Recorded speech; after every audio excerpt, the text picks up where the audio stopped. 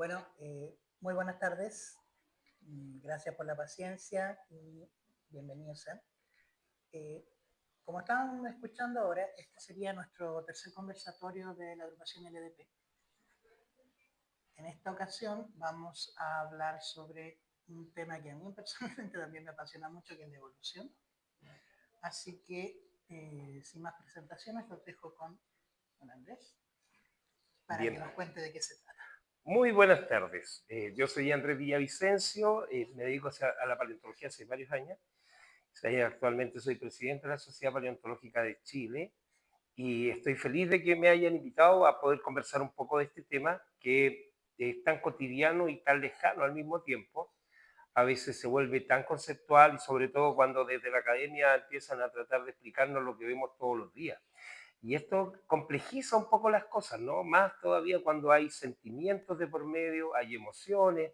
Por lo tanto, el día de hoy el interés de este conversatorio es poder expresarnos libremente, a conversar, hablar, Exactamente. relajarnos y Ujú. poder expresar algunas ideas de la evolución, que en general la evolución es un concepto que viene fraguándose desde hace muchísimos años, desde ideas que surgieron incluso antes de que el ser humano comenzara a escribir. Ya la tradición oral hablaba de dónde provenían las cosas, que básicamente es lo que busca la evolución. Es decir, cómo aparece lo que vemos, los animales, los seres vivos, en fin. Aristóteles hizo grandes esfuerzos, pero no es hasta Wallace y Darwin que se sistematiza esta idea de que las formas, las figuras y las estructuras de los seres vivos no son estáticas, sino que a lo largo del tiempo van variando. Eh, y bueno, lo primero, pensando teoría, y claro, porque en lo cotidiano uno usa la palabra teoría como algo etéreo, algo tan cognitivo, algo que está fuera de lo práctico. Muchas veces se contrapone el tema práctico con el teórico. Y claro, tú dices, en la práctica una cosa, pero teóricamente es otra. En términos científicos, una teoría es un conjunto de razones sólidas que dan paso a una explicación que no deja espacio a errores, ¿ya? Pero sí deja espacio a incertidumbres. Y claro, cuando nosotros escuchamos las noticias y alguien dice las teorías que barajan la policía, en realidad la palabra que quiso usar era hipótesis. ¿Okay? En ciencia, la palabra hipótesis son ideas que uno plantea como respuestas a una interrogante. Sin embargo, teoría es un conjunto de ideas sólidas que vamos a revisar de poquitito, algunas ideas aleatorias que respaldan esta presunción de que la evolución es un hecho, una presunción bastante firme. Y antes de entrar en ese tema, dentro de las críticas que se le ha hecho a la idea, a la teoría de la evolución, es que es una idea atea, ¿no? ¿Cierto? La evolución niega a Dios, y esto es particularmente interesante porque, bueno, yo soy un hombre ateo, no tengo ideas religiosas, no tengo el don de la fe, nunca o sea, lo tuve en algún minuto, pero cuando lo perdí nunca lo recuperé. Sin embargo, intelectualmente uno puede decir que la evolución no niega la existencia de un ser superior, pero sí lo pone en una perspectiva en la cual este ser superior debiese reunir ciertas condiciones. Y es extraño, ¿no? ¿Cómo ponerle condiciones a un ser superior? Pues la primera condición es que tiene que ser anterior al tiempo, porque si existe desde el tiempo, cambia, porque empieza a existir. Y si comienza a existir, evoluciona y ya no es un ser superior, sino que es un ser de nuestra realidad. El segundo es que todo aquello que nos rige lo haya dispuesto este ser superior antes del tiempo. Y una vez que pone todas las reglas, las cosas se desenvuelven solas. Porque la evolución, si algo tiene, es que para todos se aplica de igual manera. Y ahí es donde entra la complejización, porque tú ves distintos resultados, a veces casi con los mismos factores. Y estos factores que casi se copian dejan la huella del casi para producir grandes diferencias. Como por ejemplo, pongamos un ejemplo en el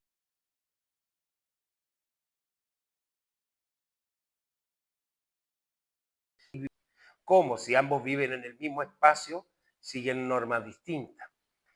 Por lo tanto, si existe un ser superior que tiene que existir de antes del tiempo, tiene que haber puesto reglas muy claras y el tercer punto que le pide es que no intervenga, porque la ciencia si algo descubre es que todas las cosas van siguiendo su curso normal y si se intervienen, deja de tener una estructura sólida.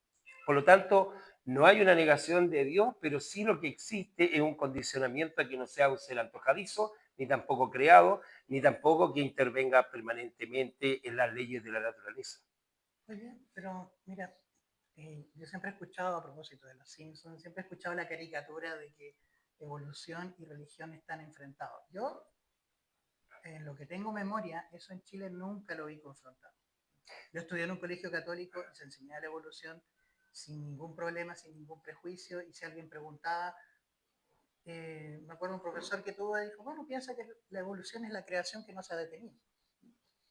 Exactamente, esa Exacto. sería la perspectiva que deja el espacio para que la divinidad exista. Ahora, para ser bien honesto y arriesgando que alguien se vaya a molestar, el grave problema de que una divinidad no intervenga en la realidad es que dejan de existir los milagros, las indulgencias, los favores que puede hacer alguien, dejan de existir las sanaciones espontáneas y cosas así. Es cierto que aparentemente en la naturaleza de pronto aparecen estas situaciones documentadas por la ciencia que son inexplicables, pero eso atribuirle a un Dios que yo puedo manejar es distinto. Entonces, yo encuentro que no existe, para el mundo católico, por ejemplo, no existe eso. De hecho, hay una encíclica que se llama Fides Ratio, que hizo Wojtyla, Juan Pablo II, que habla acerca de cómo la razón y la fe tienen un punto de encuentro en el Creador y toma esa perspectiva. Y eso resulta interesante.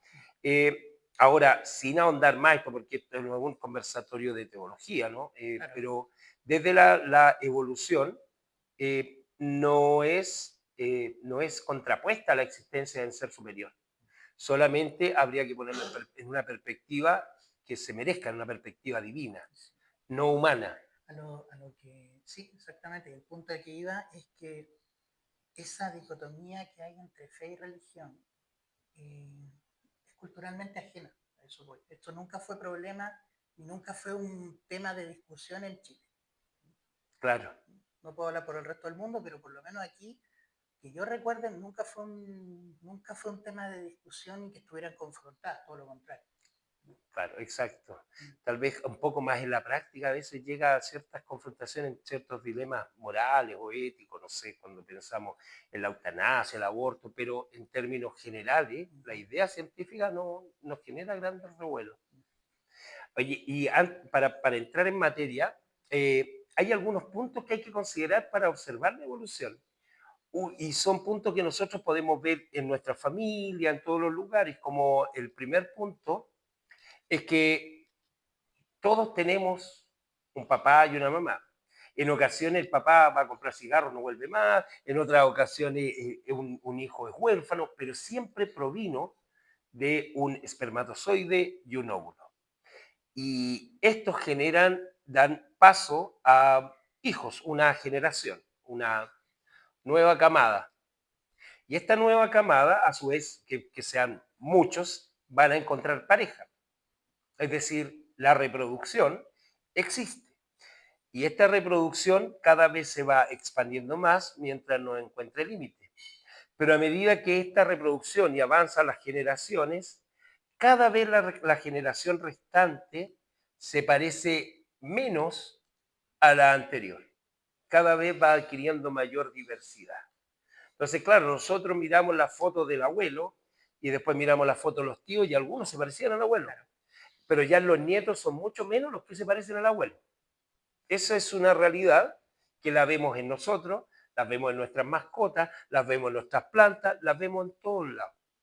incluso podemos rastrearlo, ¿ah? Hay evidencia genética, como por ejemplo en la forma o el color de los ojos, en el lóbulo de la oreja, cuando está pegado o despegado, la circunferencia, ¿cierto?, de la narina, la forma de la narina, la forma de la boca, los labios, la lengua, los dientes, todo eso va hablando de la genética que traemos, la información que va siendo pasada por nuestros antecesores.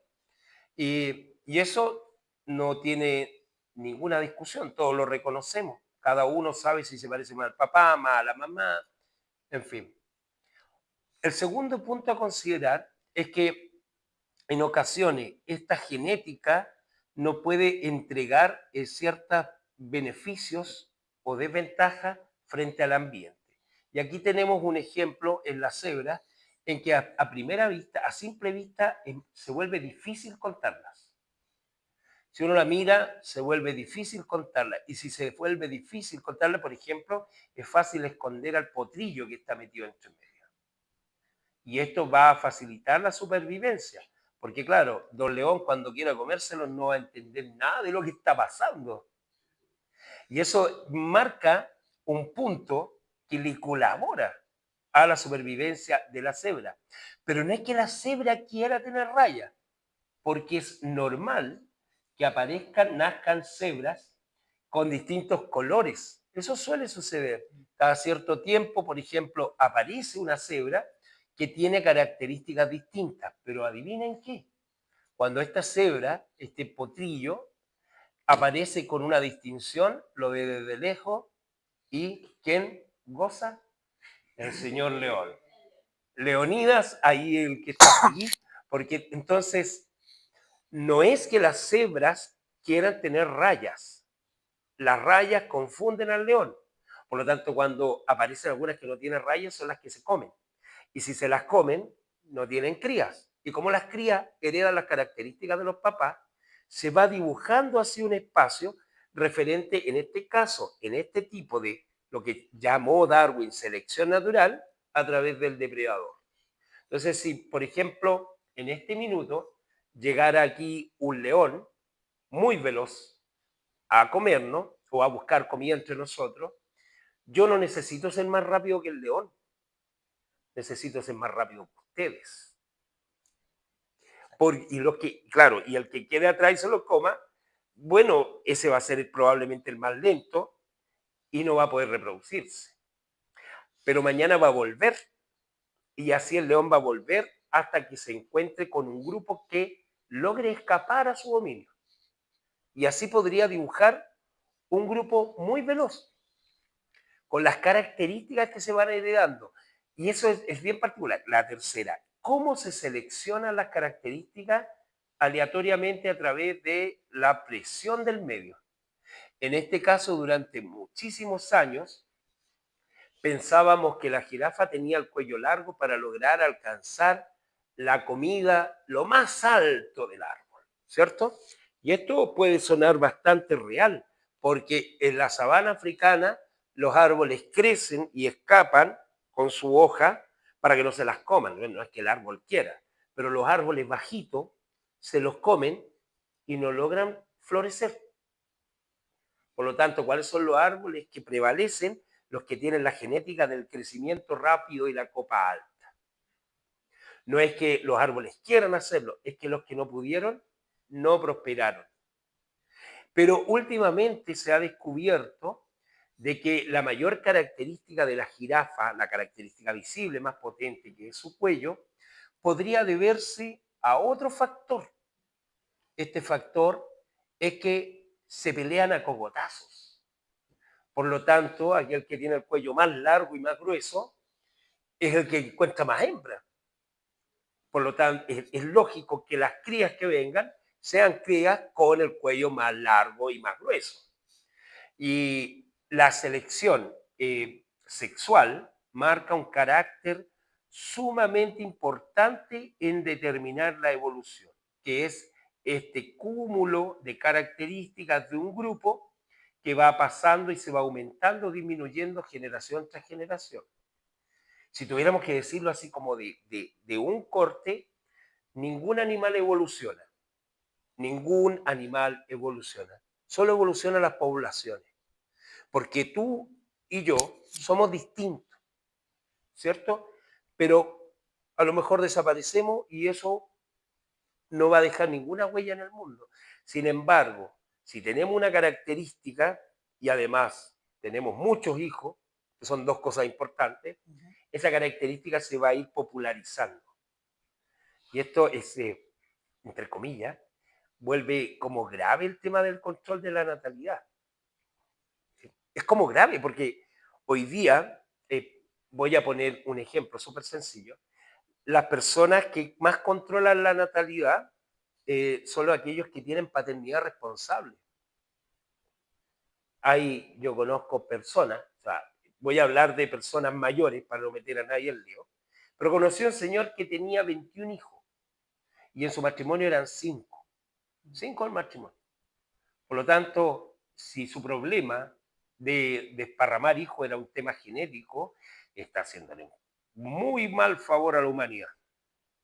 Y claro, aquellos que tienen la paternidad responsable y que se dedican a cuidar muy bien a su hijo, van a tener pocos hijos, pero bien tenidos, lo cual va a marcar en la población de que ese rasgo se podría ir disminuyendo. Bueno, eso es interesante. También existe una hipótesis referente a los dientes de sable. Los dientes de sable, por ejemplo, desarrollaron estos caninos muy, muy largos y una de las hipótesis es que no eran capaces de retirar toda la carne de sus presas, lo cual lo volvía muy atractivo para las hembras, porque al dejar mucha carne en la presa, los niños que todavía no habían desarrollado sus caninos podían consumir toda esa carne. Entonces se volvía un papá proveedor y se volvía la característica de los dientes de sable algo atractivo. Y los dientes de sable se han producido muchísimas veces en el grupo de los mamíferos. Incluso hay ciervos que tienen colmillos largos, como el muntjac. Así que podría parecer un atractivo que incluso condene a una especie a extinguirse. En Europa existió el megalocero, que era un ciervo que tenía una asta enorme, 4 metros de punta a punta. Las astas indican primero, capacidad de sobrevivencia, pero también fortaleza, porque andar con unas cuestiones que pesan muchos kilos, decenas de kilos, y caminar derechito como Bambi, para que las hembras lo admiren, tiene una gran importancia para la selección sexual. Sin embargo, podría llegar a tener un requerimiento tan grande que el animal puede no salir adelante. Bueno, y aquí está el tema. ¿Cómo se extrapola lo de la jirafa a los dinosaurios? Siempre se pensó que el brachiosaurio tenía el cuello largo para poder comérsela, y si era porque se pegaban así cogotazos, se peleaban, no sé. ¿Qué pasa si en realidad los únicos dinosaurios que se apareaban eran los más grandes y terminó en gigantismo? Es una de las grandes interrogantes. Sin embargo, el que hayan sido algunos dinosaurios gigantes tiene que ver con la información que sus padres le fueron entregando a la nueva generación. Es decir, hay una transmisión genética. ¿Cómo se seleccionó eso?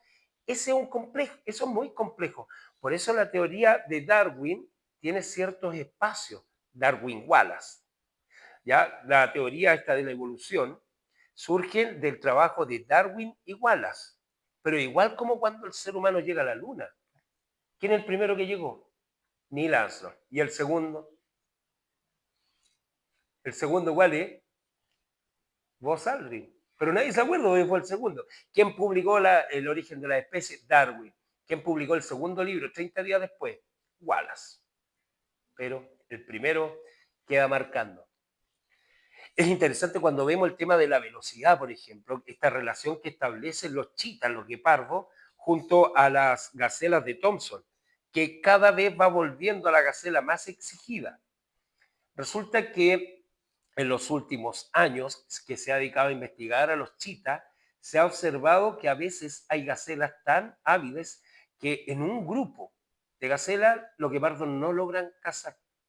Así que están buscando presas alternativas.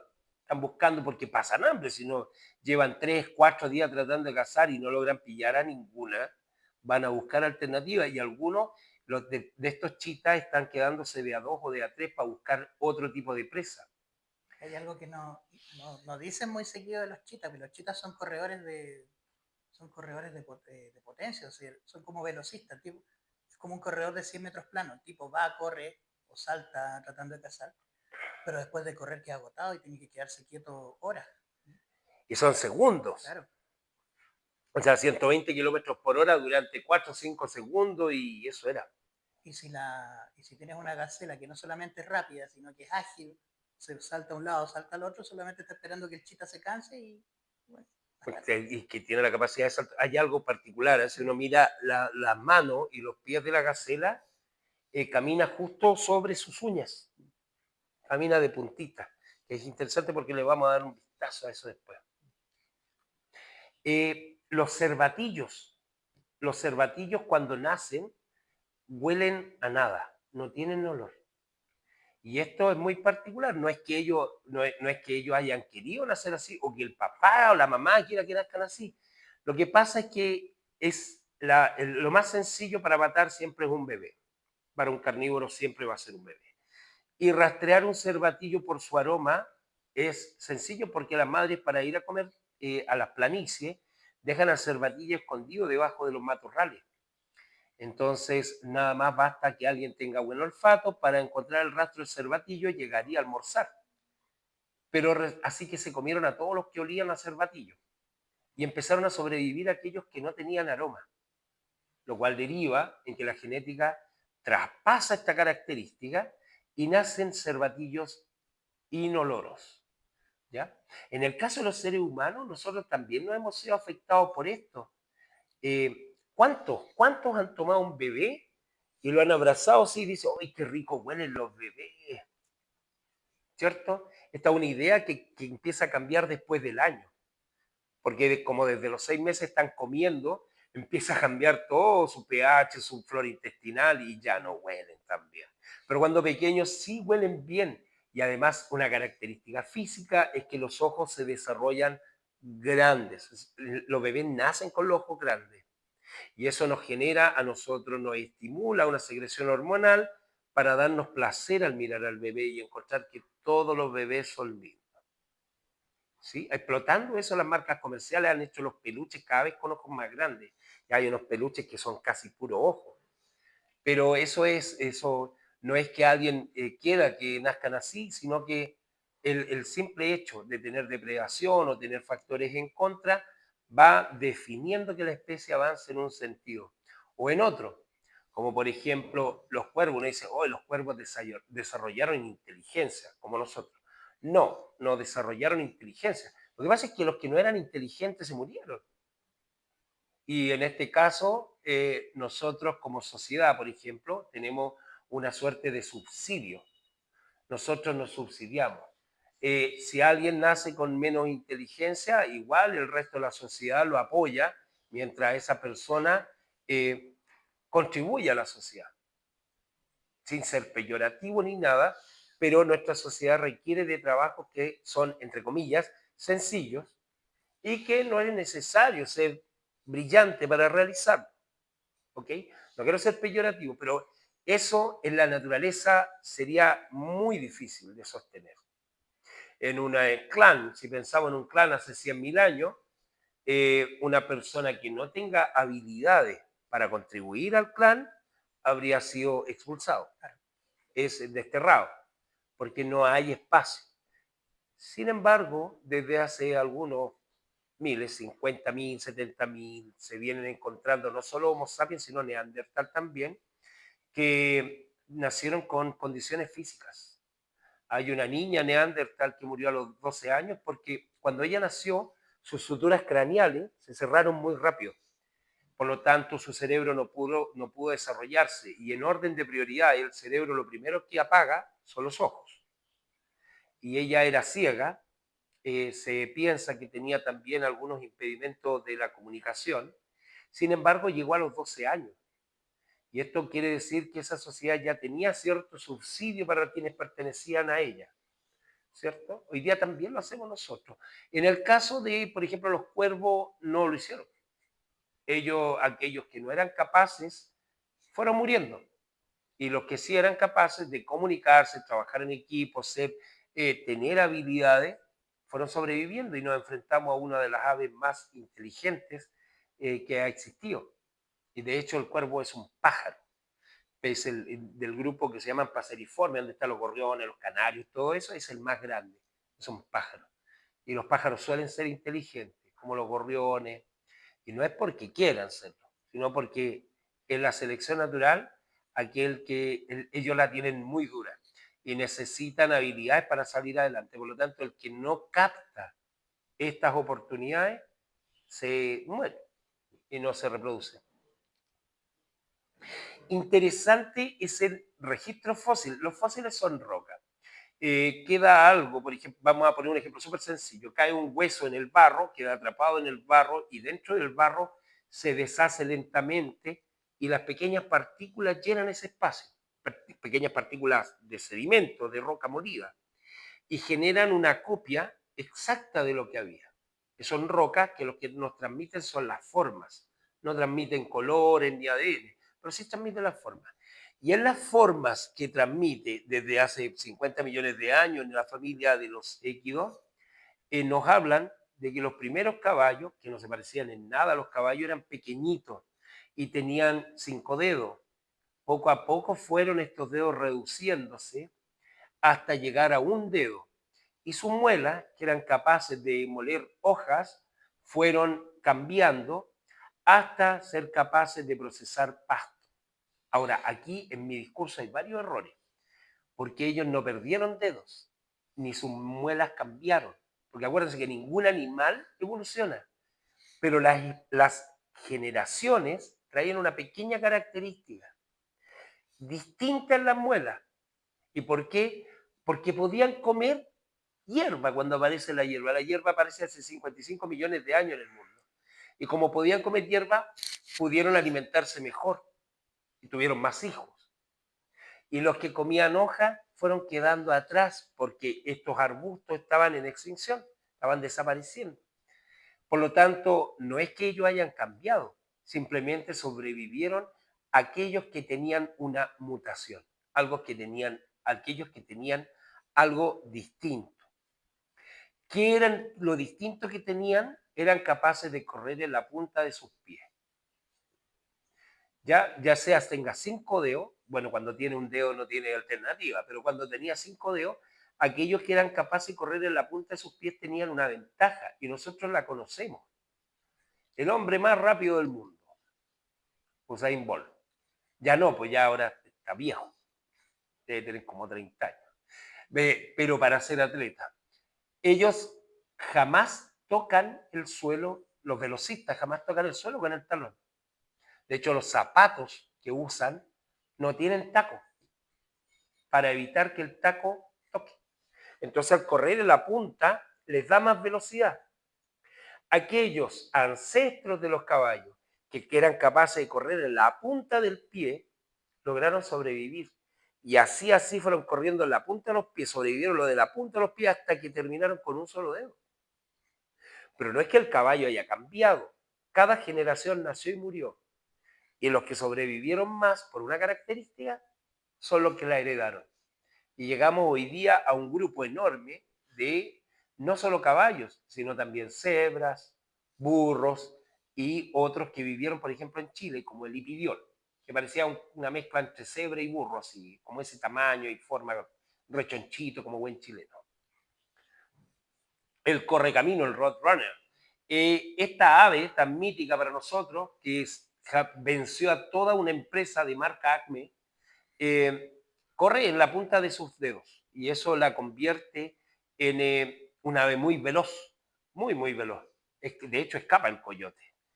Y si uno mira, va hacia los huesos del correcamino, vamos a encontrar características que no son nuevas, sino que vienen derivadas de ancestros. Ancestros como, por ejemplo, el Archaeopteryx, un animal del Jurásico, en donde vemos, por ejemplo, que tenía una cola llena de huesos, pero sin embargo las plumas, la forma y todo aquello nos va a indicar de que existe relación. No es que el Archaeopteryx sea el ancestro del correcamino, sino que estos animales están relacionados y van en el mismo camino. La evolución jamás es una cadena, es más bien un árbol que se va abriendo y entregando posibilidades. Y estas posibilidades van a hacer match cuando aparece un grupo de animales con características capaces de explotar ese espacio. Pero cuando vemos un Archaeopteryx, estamos viendo un animal que hoy día, si lo viésemos, parecería un ave más. Una ave media rara, como con dientes, pero un ave más. Nosotros, cuando observamos un oído, ese es un oído humano, vamos a ver que tenemos tres huesitos, aquí nos refleja, pero está el martillo, el yunque y el estribo. Tres huesitos que amplifican el sonido y lo mejoran. Somos el mejor oído de la naturaleza. Los mamíferos tenemos un oído tan excelente, tan maravilloso, que algunos ven con el oído, como por ejemplo los cetáceos o los murciélagos, o ese zorro que vive en el Ártico con esa tremenda orejota y se lanza para pillar a un ratón que va a 40 centímetros bajo nieve. Pero cuando miramos el registro fósil de estos huesos que se transformaron en roca, nos vamos a dar cuenta que nuestros ancestros vienen desde hace 250 millones de años y que sus mandíbulas partieron con un dentario grande y fueron creciendo poco a poco, convirtiéndose en un hueso único. Y los otros dos huesitos que estaban metidos ahí terminaron transformándose en el yunque y el martillo. Evidentemente nuestro lenguaje tiene límites porque esos huesos nunca se transformaron. Lo que pasó es que la generación que venía tenía los huesos más chicos y que tenía el dentario más grande porque tenía dientes más grandes. Es muy loco, pero por ejemplo los niños siempre alucinan y dicen en Jurassic World, necesitamos más dientes. Y los dientes más grandes de la naturaleza la tenemos los mamíferos. Cáchate un mamut con unos dientes de 2 metros. Un narval, una morsa, en fin. Algo interesante es que cuando miramos todos los seres vivos y comparamos sus estructuras celulares, nos damos cuenta que se parecen a otros. O sea, si miramos una célula humana y miramos la célula de un cerdo, si miramos solo la célula, son iguales. No hay diferencia.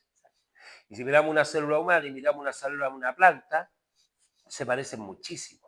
Hay un gran match. Si miramos una bacteria y una célula humana, hay un gran parecido. Esto llevó a pensar de que en realidad la vida tiene un origen común y lo bautizaron como Luca, el último ancestro común conocido, last known common ancestor, y que reúne a las bacterias, que reúne a los hongos, las plantas, los animales, y fue él el que dio el origen a todo. Y en proceso de más de 3.800, 3.600 millones de años, llevó a la vida cada vez a complejizarse más. Ahora, ¿a dónde va todo esto? Que el término de la evolución se tiene que transformar en un tema, perdonen mi atrevimiento, ¿no? Pero tiene que convertirse en un tema espiritual, porque no importa lo que nos pase hoy día podemos estarlo pasando súper mal, podemos estar sufriendo y estando en un lugar bien oscuro, o bien duro, o bien difícil, pero tuvimos un ancestro que pasó por lo mismo y sobrevivió. Imagínense que cuando cayó un asteroide que extinguió al T-Rex, al Triceratops, nosotros teníamos un ancestro y sobrevivió. Cuando se congeló el planeta, cuando hicieron erupción los volcanes, cuando se inundó, cuando vino un maremoto, cuando hubo un tremendo mega cataclismo, tuvimos un ancestro que logró salir adelante. Y eso es algo que a nosotros llevamos en nuestro ADN, la capacidad de salir adelante. A lo mejor no la hemos dejado salir, no la hemos encontrado todavía donde está, pero está. Está 3.800 millones de años de evolución, nos entregaron la capacidad de sobrevivir. La tenemos. Y lo otro que es muy espiritual es que por más que reneguemos y de repente yo estoy con una pequeña infección en un cornete y estoy tomando antibióticos, estoy matando bacterias y estoy matando billones de bacterias, soy un genocida para las bacterias. Por más que hagamos esas cosas para cuidar nuestra salud, estoy yo también conectado genéticamente con esas mismas bacterias que me están atacando. Hay como una guerra civil en mi cuerpo.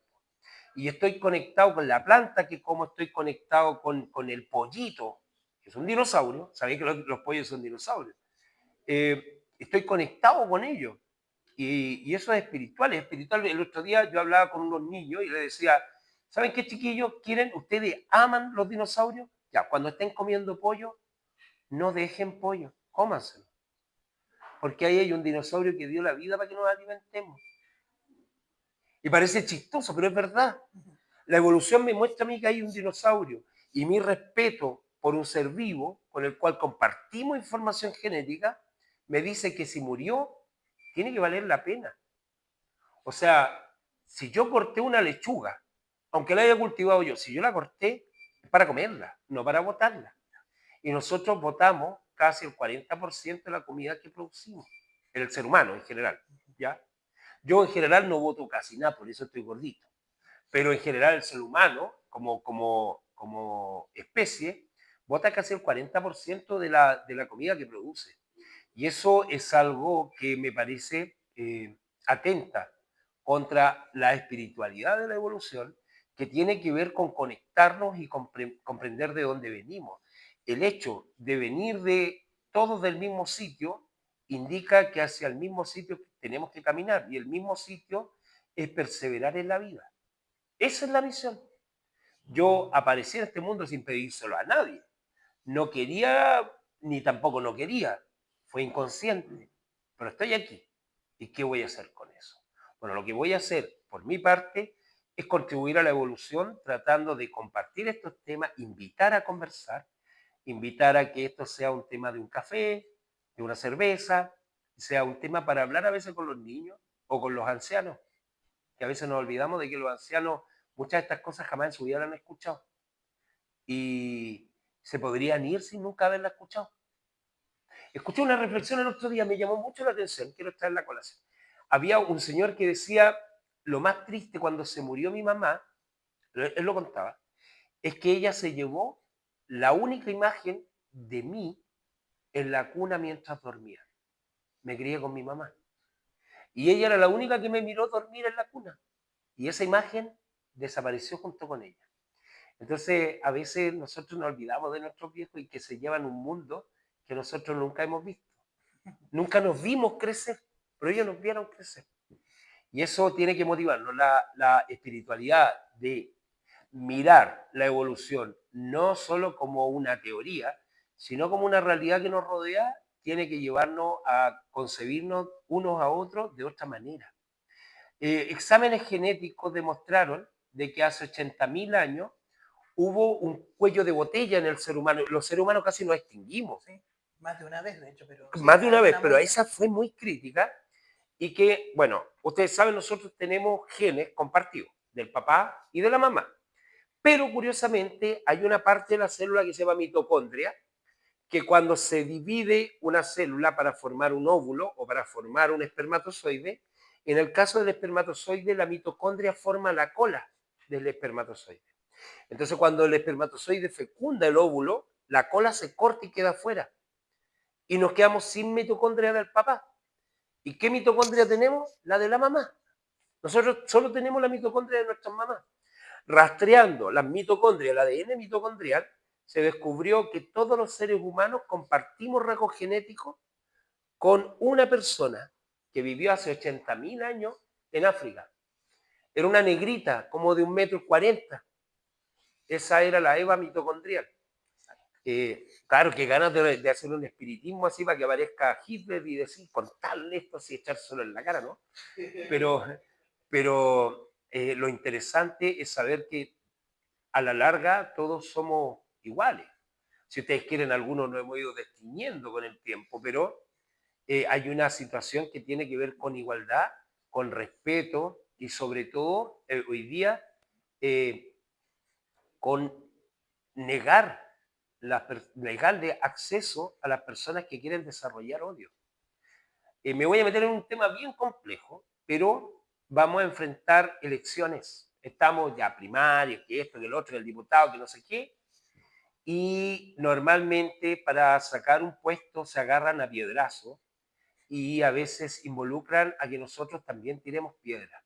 Yo creo que esto tiene que ser como las guerras. Tenemos que volver a los tiempos antiguos. Antes, cuando declaraban la guerra, el rey iba adelante. Entonces llegaban a la guerra cuando era extremo. En cambio, ahora como mandamos a los jóvenes adelante, declaramos la guerra sentaditos y tranquilos. Claro, no podemos nosotros permitir de que se generan ambientes hostiles. Hay que cambiar la tele o apagarla y salir a dar una vuelta, venir a la biblioteca, pueden ir a las actividades que generamos nosotros como Sociedad Paleontológica, pueden abrir el canal de LDP Magazine y ver cosas interesantes, pero ya está bueno de que dejemos que nos permeen con este odio, porque la naturaleza nos habla de que estamos encadenados, y a pesar de que comemos pollo, los criamos con respeto, o por lo menos eso queremos creer, o eso debiéramos hacer.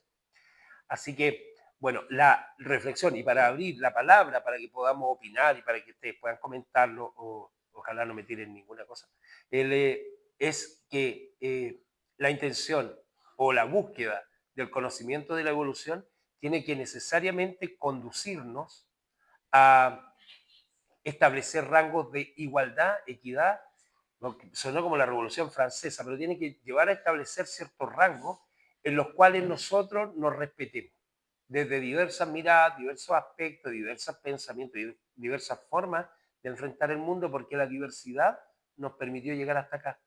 Ser distinto permitió que algunos sobrevivieran. Si nos queremos hacer iguales, nos vamos a extinguir.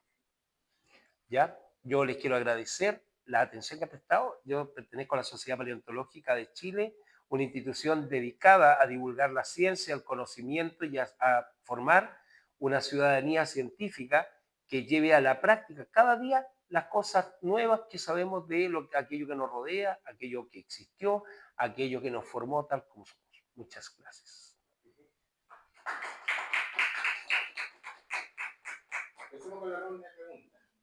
O comentario.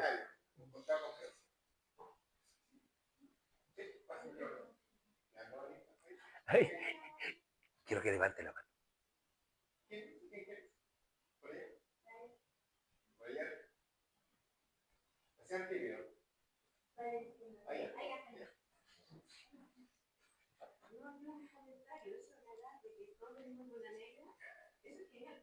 Pero la diferencia de los colores que tenemos es por donde vivimos. Los que viven en los extremos son blancos porque necesitaban captar la luz del sol. Necesitaban vitamina D, entonces tenían que ser extremadamente blancos para poder absorberlo. Y los que vivían en el centro del trópico tenían que protegerse de la luz del sol. Aquellos más morenos en la nieve no prosperaron. Exacto. Así podríamos enfocarlo. Además que si les pregunta, la mayoría no tolera el frío. Claro, son en general, bueno, también hay una cosa de acostumbramiento. Yo tengo dos colores, tengo blanco y rojo. En verano soy rojo, todo el verano, y en invierno blanco. Yo no podría vivir en lugares demasiado soleados. Pero eso sí es cierto, que claro, se fue dibujando el color de nuestra piel, pero a la larga el color de la piel no es nada más que una reacción de melanosoma.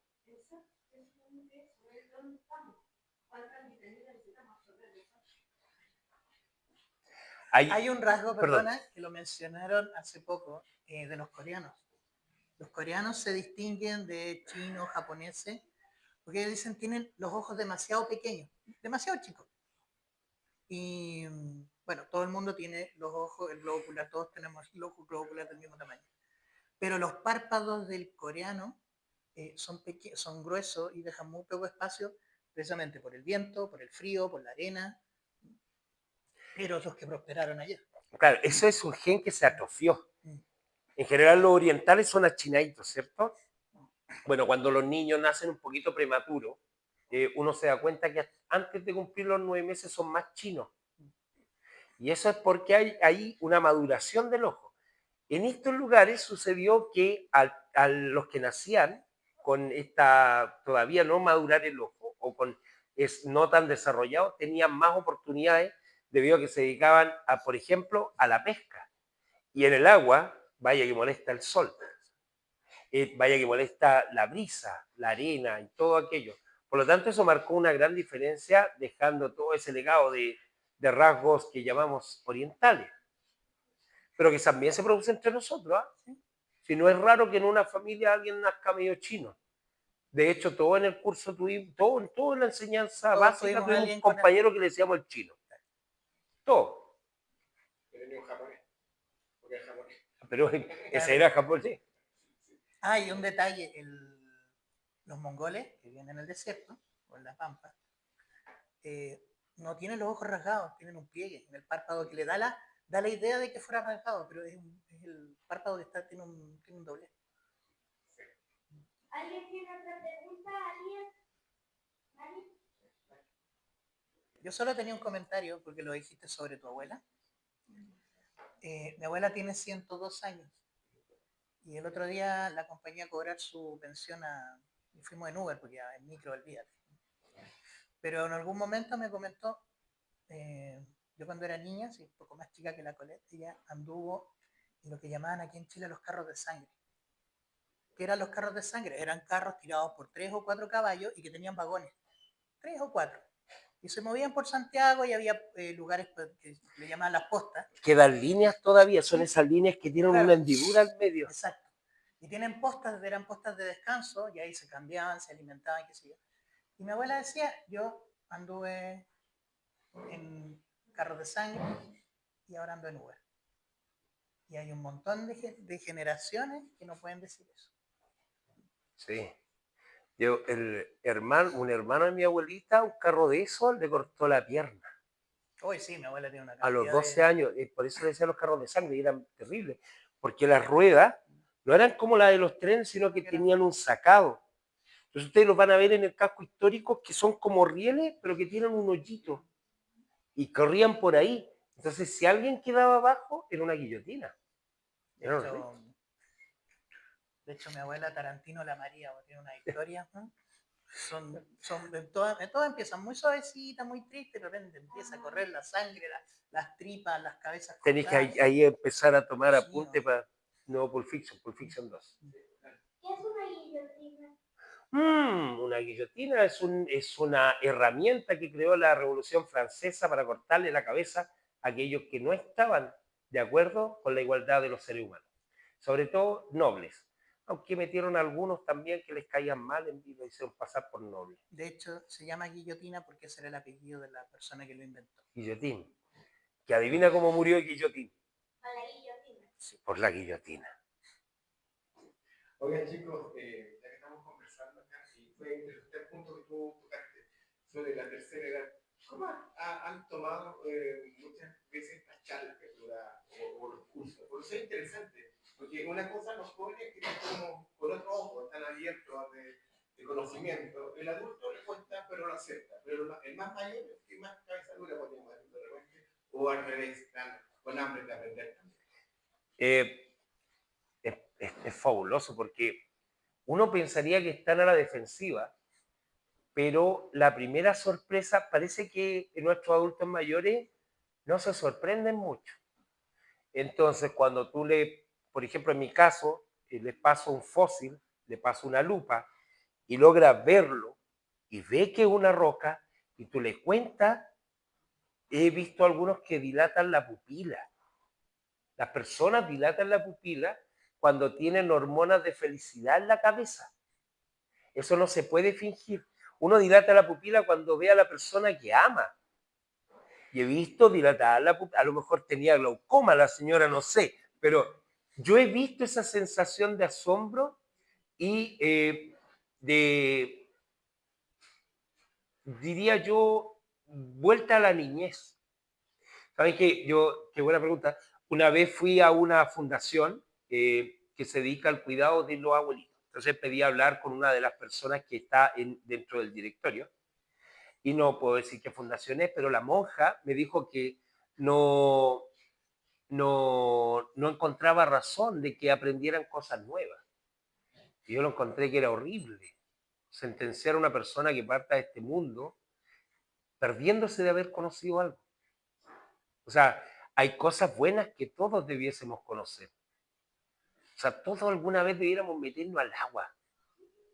Todos alguna vez debiéramos poder ver un atardecer tranquilo, poder ver una luna llena, poder ver un fósil, ¿cierto? Poder ver un dinosaurio. ¿Por qué no? Hay cosas que todos debiéramos experimentar. Yo quiero ver un cometa. Un cometa.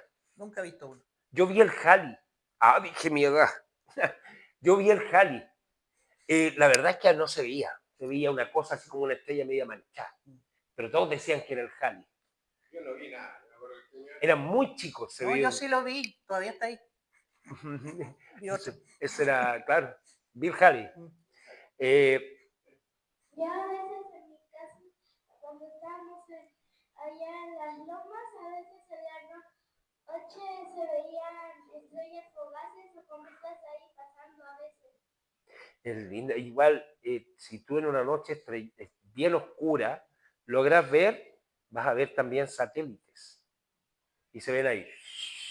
Y esperas 10 minutos y... Hablando de tercera edad, ¿no? Era una actividad que tenía con mi abuelo cuando tenía la edad de la niña, de la Colette. Nos sentábamos en la terraza, nos tirábamos en la terraza y podías contar entre 4 o 5 satélites. Me da mucha risa porque mucha gente dice, no, se puede ver ovnis. No son ovnis, son satélites. Porque pasan a una velocidad pareja y atraviesan el cielo. Claro. Ahora contamos portonazos. Claro. Y fuegos artificiales. Sí. Una vez con mi papá y mi mamá vimos los satélites. ¿Papá recuerda cuánto estábamos pasando? Hace un par de meses atrás, cuando pasó el tren de satélite, ¿te acuerdas? Sí. Lo tuvimos que ver también. Qué bonito. Sí, amigos, ¿alguien más quiere hacer algún comentario o una pregunta? Con toda confianza. ¿Alguien levanta la mano si alguien quiere hacer alguna pregunta? Me parece muy voluntario. Bueno, Andrés, yo creo que estaríamos mirando al final de esta tercera presentación de los conversatorios de LDP 2025. Estamos muy contentos porque esta es nuestra nueva casa, así que el micrófono todos bien para que se despida. Me lo voy a llevar cuando termine. Bueno, una vez más, muchas gracias a todos por su asistencia, gracias por su paciencia, por esperarnos. El próximo mes nos vemos en otro conversatorio. Quiero que le den muchas gracias a Andrés por la charla que nos ha dado y espero que nos veamos muy pronto.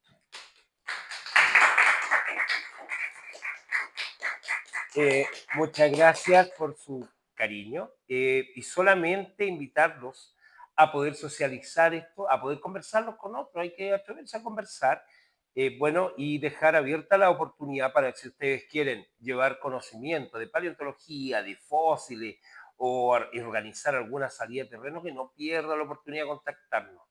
Sociedad Paleontológica de Chile, estamos en todas las plataformas. Estoy a esto de ponerme a bailar para TikTok, ¿ya?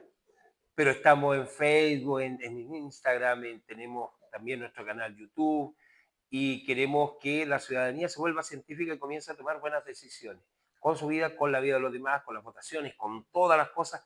La ciencia nos ayuda a mejorar nuestra vida y nos ayuda a ser felices cuando descubrimos cosas nuevas. Así que muchísimas gracias, LDP, muchas gracias, amigos, y que tengan una gran vida.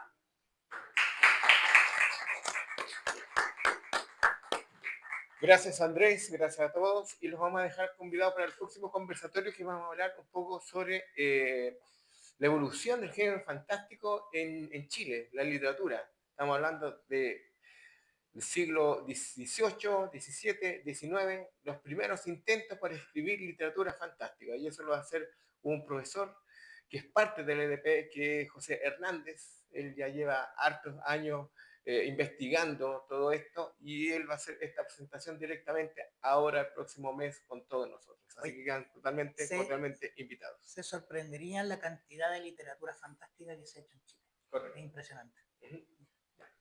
Muy amable, gracias.